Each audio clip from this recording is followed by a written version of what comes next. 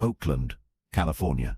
December 1964, a residential neighborhood in East Oakland, quiet streets, single-family homes, trees lining the sidewalks. This is where Bruce Lee lives with his wife Linda and their newborn son Brandon. The house is modest. 2 stories, wood siding painted white, a small front yard, a garage converted into a martial arts school. This is where Bruce teaches, where he trains students, where he develops his philosophy.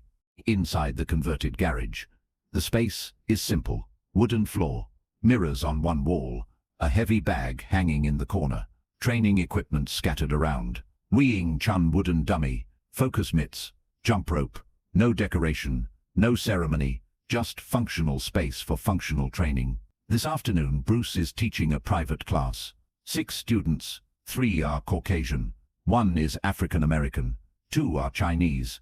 This diversity is intentional. This is Bruce's philosophy made visible. Martial arts transcend race, transcend nationality. Knowledge belongs to anyone willing to learn.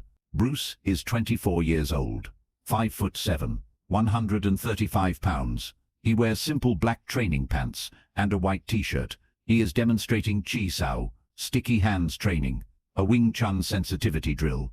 His hands touch a student's forearms. Light contact. They move together. Bruce feels the student's intention through the contact, redirects pressure, explains principles. Don't think, feel. Your opponent's energy tells you what to do next. The students practice in pairs. Bruce walks between them, correcting posture, adjusting hand positions, offering guidance. The atmosphere is focused, but relaxed. This is learning. This is growth. This is what Bruce believes martial arts should be. Not rigid forms practiced in isolation, but practical principles applied through sensitivity and awareness, not restricted by lineage or ethnicity, but open to anyone with genuine interest. 3 days ago, a letter arrived, delivered by hand, no postage, just dropped through the mail slot. Bruce found it in the morning.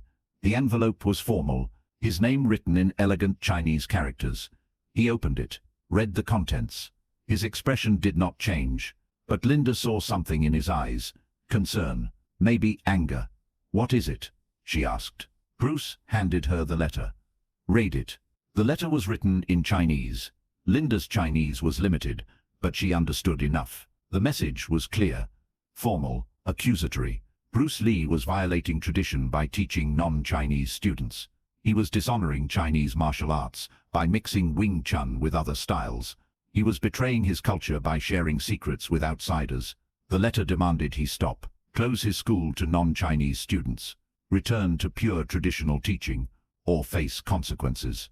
The letter was signed by 5 traditional kung fu masters from San Francisco Chinatown. Linda looked at Bruce. "What will you do?" Bruce took the letter back, folded it, set it aside. "Nothing. I will continue teaching. I will not be told who deserves to learn. Martial arts are not Chinese property. They are human knowledge. Anyone can learn. Everyone should learn." Linda nodded. She knew her husband, knew his principles, knew he would not compromise. "They will come," she said. Bruce nodded. "I know." Now it is 3 days later. The afternoon class is nearly finished. Bruce is explaining a concept about centerline control when there is a knock on the door, not the front door of the house, the side door of the garage, the door that opens directly to the training space. The knock is loud, deliberate, insistent, not the knock of a student arriving late. The knock of someone who wants attention. Bruce stops mid-sentence, looks at the door. The students stop practicing. The room goes quiet. Bruce walks to the door, opens it. 5 men stand outside, all Chinese, all wearing traditional kung fu uniforms, black pants, tang suits. Their posture is rigid, formal. Their faces are serious, cold. Bruce recognizes the stance, the energy. These are traditional practitioners, old school, classical training. They are here for the consequences mentioned in the letter. The man in front steps forward. Wong Jack Man, 28 years old, 5'9", 155 pounds, lean, wiry, trained in Shaolin Northern-style Kung Fu since age 7. He is respected in the San Francisco traditional community, known for his forms, his discipline, his adherence to classical methods. He believes deeply in tradition, in preserving the old ways, in keeping Chinese martial arts. Chinese. Bruce Lee, Wong says. His English is accented but clear. We sent you a letter. You did not respond. You did not stop teaching non-Chinese. You did not return to tradition. So we are here. Bruce stands in the doorway, calm.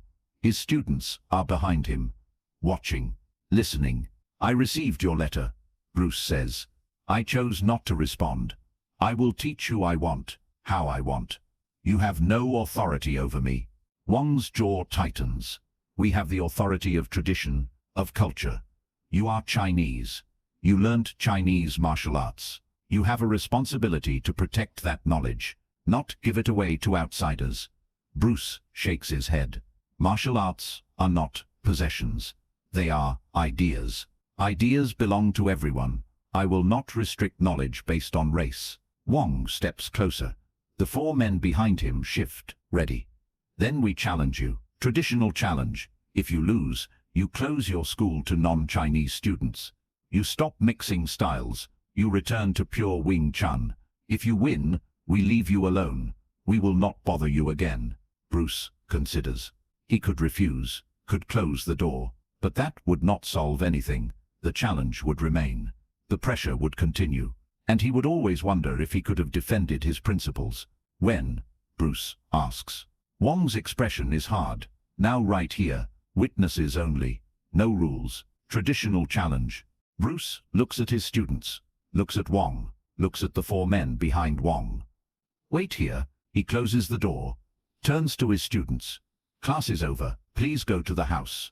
My wife Linda is inside. Wait with her. The students look uncertain, concerned. One of them, a Caucasian student named James, speaks up. Sifu, what's happening? Bruce's voice is calm. I am going to defend the right to teach you. Go to the house. I will join you when this is finished. The students leave through the connecting door to the house. Bruce is alone in the garage. He removes his shoes, stretches briefly, shakes out his arms, breathes, prepares mentally. This is not a demonstration, not a sparring match. This is a real challenge, real stakes. If he loses, his school closes to most of his students. His philosophy dies. His teaching ends. If he wins, he proves that tradition does not own knowledge, that anyone can learn, that martial arts evolve. Bruce opens the door. Wong and the four men enter.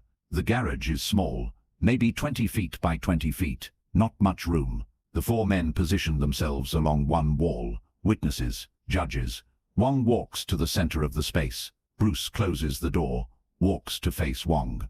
They stand 10 feet apart. Wong speaks. Traditional challenge. No rules. Fight until one submits or cannot continue. Witnesses verify the outcome. Bruce nods. I understand. Wong drops into a classical kung fu stance.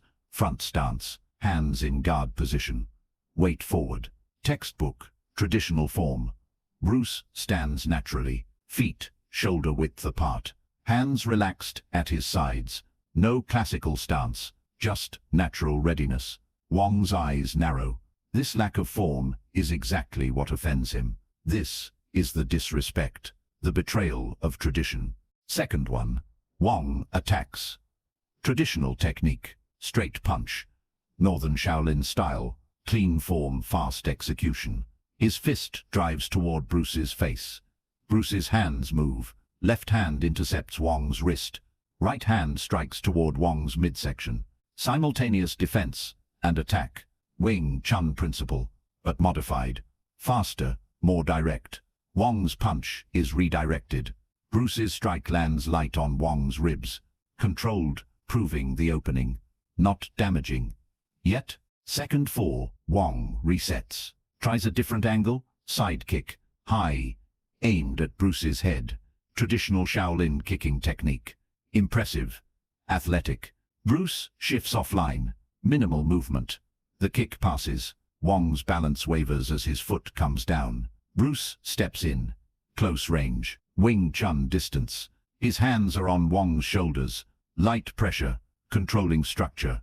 Wong tries to turn. Cannot. His balance is compromised. Second 7. Wong breaks contact, pushes away, creates space. He is breathing harder already. Frustrated, his traditional techniques are clean, correct, but they are not working. Bruce is faster, more direct, less telegraphed. Wong circles, looking for opening. Bruce turns with him, maintaining position, not aggressive, just present, waiting. Second, 10. Wong attacks again. Combination, punch kick, northern-style chain technique. Fast, coordinated. Bruce's hands move continuously, intercepting, redirecting, each technique deflected. None land. Bruce counters. His right hand strikes Wong's chest. Light impact, again proving openings. Wong stumbles back. His traditional training did not prepare him for this speed, this directness, this economy. Second 13. Wong changes strategy. Grappling, he shoots in. Tries to grab Bruce's waist. Take him down. Ground fighting. Bruce's hands drop to Wong's shoulders. Pressure down and forward. Wong's shot fails. His head is pushed down, off balance. Bruce could strike. Chooses not to. Just controls. Just demonstrates. Second 16. Wong is against the wall. Breathing hard. Confused. Angry. Everything he learned. Every technique. Every form. None of it working. Bruce is too fast. Too direct. Too unconventional. There are no patterns to read. No classical setups to recognize. Just immediate responses. Just effectiveness. Without aesthetic. Wong pushes off the wall. Rushes forward. Desperate. Now, wild. Bruce sidesteps. Wong crashes into the heavy bag. Bounces off. Second 19. Bruce is behind Wong. His hand touches the back of Wong's neck. Gentle. Could be a strike. Could be a choke setup. But just a touch. Proving control. Proving position. Wong spins. Tries to grab. Bruce is not there. Already moved. Already repositioned. Wong is exhausted. Mentally and physically. Less than 20 seconds of actual fighting. And he is broken. Not by superior strength. By superior understanding. Second 22. Bruce speaks quietly. This is enough. You came to prove traditional kung fu is superior. I showed you it is not about tradition or innovation. It is about what works. Your techniques are beautiful, classical, but they telegraph. They commit. They leave openings. I do not fight with style. I fight with principles. You cannot beat principles with forms. Wong does not respond. He is bent forward, hands on knees. The four witnesses are silent. They came expecting to see Bruce humiliated. Expected traditional kung fu to defeat his mixed approach. Instead they watched Wong, a respected master, be dismantled in 22 seconds. The fight continues. Wong refuses to submit. His pride will not allow it. But the next several minutes are just repetition. Wong attacks. Bruce intercepts. Controls. Demonstrates openings. Again and again. Wong grows more exhausted, more frustrated, more desperate. Finally, after what witnesses later estimate as 3 to 8 minutes total, Wong's companions step forward. Enough. This is finished. Wong looks at them, looks at Bruce. His face shows shame, defeat. He bows slightly. Traditional gesture, then walks to the door. The 5 men leave without another word. Bruce stands alone in the garage, breathing hard, not from the physical effort, from the emotional weight. He defended his right to teach, proved his philosophy works, but he is not satisfied. The fight lasted too long. He got tired. His techniques, while effective, were not efficient enough. He could be better, faster, more direct. This realization will drive him for the next 9 years, drive him to create Jeet Kune Do, to develop a fighting system based purely on efficiency, on what works, on principles without style. Linda enters from the house, sees Bruce standing alone. Is it over? Bruce nods. It's over. They will not bother us again. Linda hugs him. You won. Bruce shakes his head. I survived. That is not the same as winning. I learned something today. I learned I have much more to learn. The students return. Bruce tells them the school will remain open. Everyone is welcome, always will be. But privately, Bruce begins to change. He questions Wing Chun, questions all traditional arts, begins to strip away classical techniques, keeps only what is essential, only what works under pressure. This fight, this challenge, this 22 seconds of defending his principles becomes the catalyst for Jeet Kune Do, the art of no art, the style of no style, the ultimate expression of Bruce Lee's philosophy. Years later, when asked about the fight, Bruce always says the same thing.